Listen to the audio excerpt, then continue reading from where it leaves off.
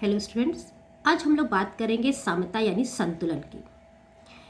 कोई भी अर्थव्यवस्था को अगर हम देखें, जैसे पूंजीवादी अर्थव्यवस्था या साम्यवादी अर्थव्यवस्था, दोनों में ही कहीं ना कहीं कोई कमी रही, जिसके कारण इसके बीच की स्थिति को अपना लिया गया मिश्रित अर्थव्यवस्था के रूप में। इसी प्रकार से अगर हम देखें बाजारों के स्वरूप को, तो एक तरफ पूर्ण प्रतियोगिता मिलेगी, दूसरी तरफ एकाधिकार मिलेगा।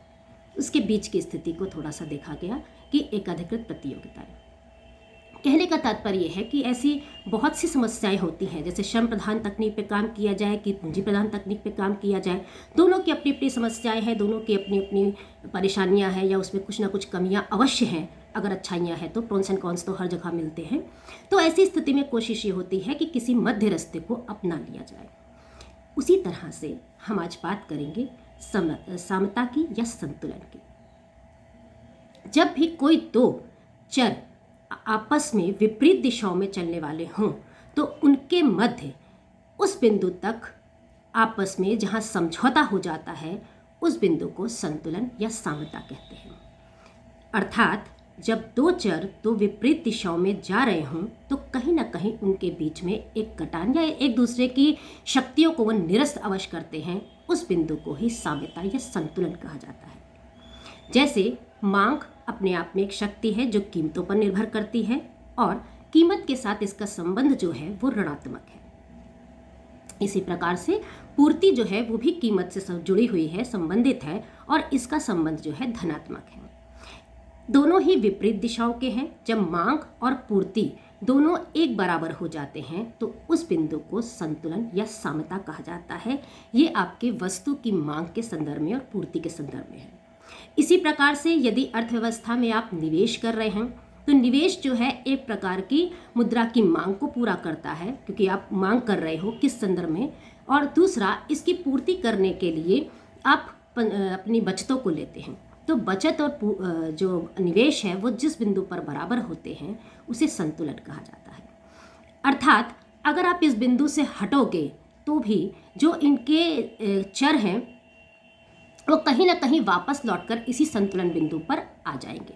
संतुलन एक ऐसा बिंदु है जहां से आपके दो विपरीत चर जो है एक दूसरे की क्षमताओं को या एक दूसरे की शक्तियों को निरस्त कर देते हैं, या दूसरे शब्दों में बराबर हो जाते हैं। लेकिन ऐसी बहुत सी घटनाएं आपको मिलेंगी जहां पर ये चर आपस में बराबर नहीं होते हैं, और ऐसी अवस्था में ये इस संतुलन ये एक संतुलन जो है ये स्थायी भी हो सकता है और अस्थायी भी।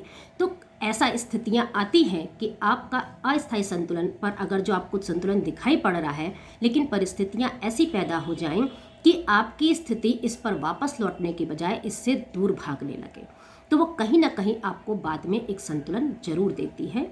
जैसे कि अगर मांग जो है वो कीमत पे जो संबंधित है वो ऋणात्मक संबंधित है, लेकिन अगर ये धनात्मक संबंधित हो और पूर्ति ऋणात्मक संबंधित हो, तो जो संतुलन प्राप्त होगा, संतुलन तो हमें मिल जाएगा, लेकिन वो अस्थायी संतुलन होगा, क्योंकि जैसे ही आपकी मांग पूर्ति से ज़्यादा होगी, वो वापस इस बिंदु पे आने की बजाय, क्योंकि मांग जब पूर्ति से ज़्यादा होगी तो बढ़ी मांग कीमतों को बढ़ाएगी, तो ये असंतुलन को और पैदा करती चली जाएगी और इसे इस संतुलन बिंदु से दूर लेती जाएगी।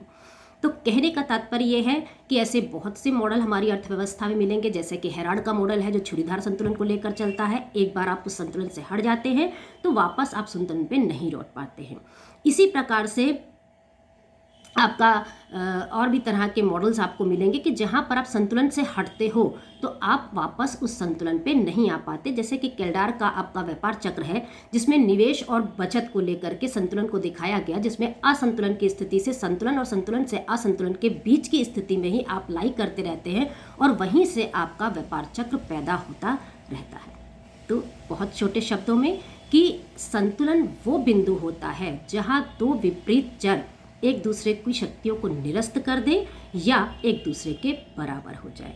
जैसे ये हमने जितने भी उदाहरण दिए, उसमें आपके माइक्रो के उदाहरण भी थे, मैक्रो के उदाहरण भी थे।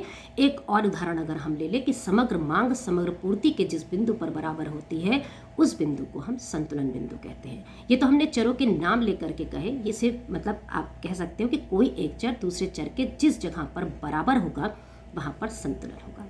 जैसे उपभोक्ता का संतुलन अगर हम देखना चाहते हैं तो उपभोक्ता एक वस्तु के संदर्भ में वहाँ संतुलित होता है, दो वस्तुओं के संदर्भ में वहाँ संतुलित होता है जहाँ दोनों वस्तुओं से मिलने वाली सीमांत उपयोगिता और दोनों वस्तुओं की कीमतें का अनुपात जो है वो एक बराबर हो जाता है। इसी प्रकार से उपभोक्ता वहाँ संतुलित होता है, उत्पादक वहाँ संतुलित होता है जहाँ दोनों संसाधनों की सीमांत उत्पादकता का दोनों साधनों की कीमत के अनुपात के बराबर हो जाता है। तो ऐसे बहुत से उदाहरण हम लोग को मिलेंगे क्योंकि हम अर्थशास्त्र में संतुलन की समस्या का ही मुख्य रूप से अध्ययन करते हैं। क्योंकि आप एक गाड़ी अगर चला रहे हैं, टू व्हीलर अगर आप चला रहे हैं, आप एक्सीलेटर देते हैं तो धीरे धीरे एक्सीलेटर की जो आप गाड़ी चलाते जाते हैं सेम स्पीड पे, लेकिन एक्सीलेटर देते रहते हैं तो धीरे धीरे आप देखेंगे कि आपकी स्पीड बढ़ जाती है, कभी वो संतुलित नहीं रहती। फिर आप ब्रेक मार करके उसको रोकते हैं और फिर आप दोबारा से स्टार्ट करते हैं। लेकिन आप प्रक्रिया क्या कर रहे हैं कि या तो एक्सीलेटर बहुत हाई हो जाता है या फिर एक्सीलेटर को रोकने के लिए आप ब्रेक मार देते हैं, पर बीच का संतुलन नहीं होता। पर अर्थव्यवस्था में हम इसी संतुलन को स्थापित करने की कोशिश करते हैं कि अगर हम अर्थव्यवस्था में संतुलित पथ पर चलते रहें तो हम आर्थिक विकास की गति को प्राप्त कर सकते हैं। लेकिन ये संतुलन जो हम चाह रहे हैं या जिस पथ पर हम संतुलन पर चलना चाहते हैं वो आपका हॉरिजॉन्टल नहीं होना चाहिए, वो इंक्लाइंड होना चाहिए। संतुलित हो पथ लेकिन वो इंक्लाइंड होगा तो आपकी स्थिति आगे बढ़ने की होगी, आर्थिक विकास की स्थिति को प्रदर्शित करेगा। तो मुझे लगता है कि आज आपको बहुत अच्छी जानकारी मिली होगी। धन्यवाद। जिन लोगों ने सब्सक्राइब नहीं किया है वो अवश्य सब्सक्राइब कर ले। जो लोग सब्सक्राइब कर चुके हैं वो इसे लाइक, शेयर और कमेंट ज़रूर हमें दें ताकि हमें ये पता चले कि आप हमसे और क्या उम्मीदें कर रहे हैं। धन्यवाद।